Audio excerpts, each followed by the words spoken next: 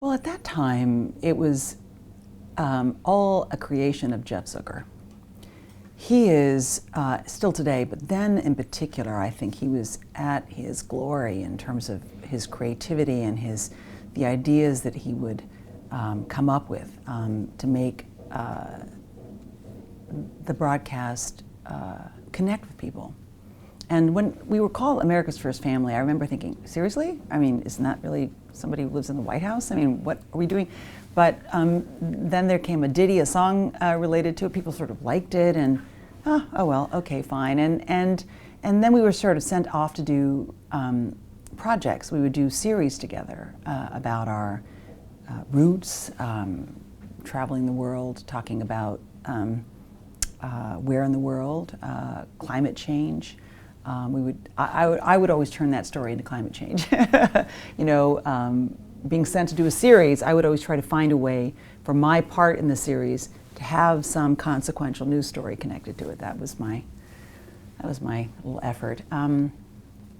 But because we had these opportunities to interview people and to travel and to tell stories, that was the foundation and it was really fun. It was just really fun. I felt at the time, actually thought to myself, gosh, these might be some of the most fun years of my life. I'm, you know, jumping out of planes and off bridges, which is nuts, and traveling and interviewing interesting people and having an increasing voice and telling stories that are important. And it felt so easy being on camera in the conversations and the discussions. It wasn't.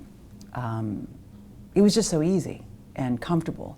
It was just a good group. I think Jeff Zucker did a really good job figuring out how to create a team of people who sort of could easily work together. Did you complement each other, do you think, well, on air?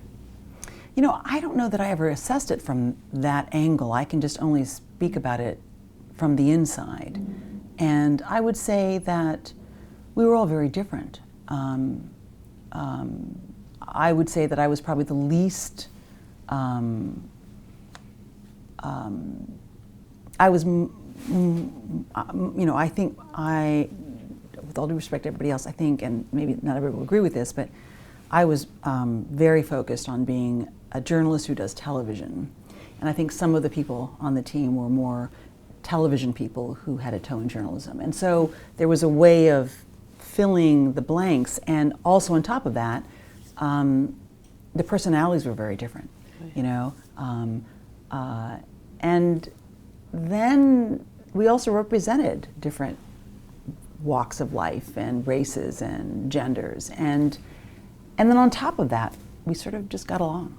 And I think that's kind of key. I think in the morning especially, you want to not feel tension. You want to receive information in a seamless way, and I think that's what happened, and it happened for years in that manner. I mean, I wouldn't say that the four of us were best friends off camera. In other words, we weren't bad, but we didn't necessarily. We hung out sometimes. We had our own lives, but when we came together on camera. And in fact, that's probably why we didn't hang around so much off camera, to make sure that what happened on camera was gold. Yeah, it felt good.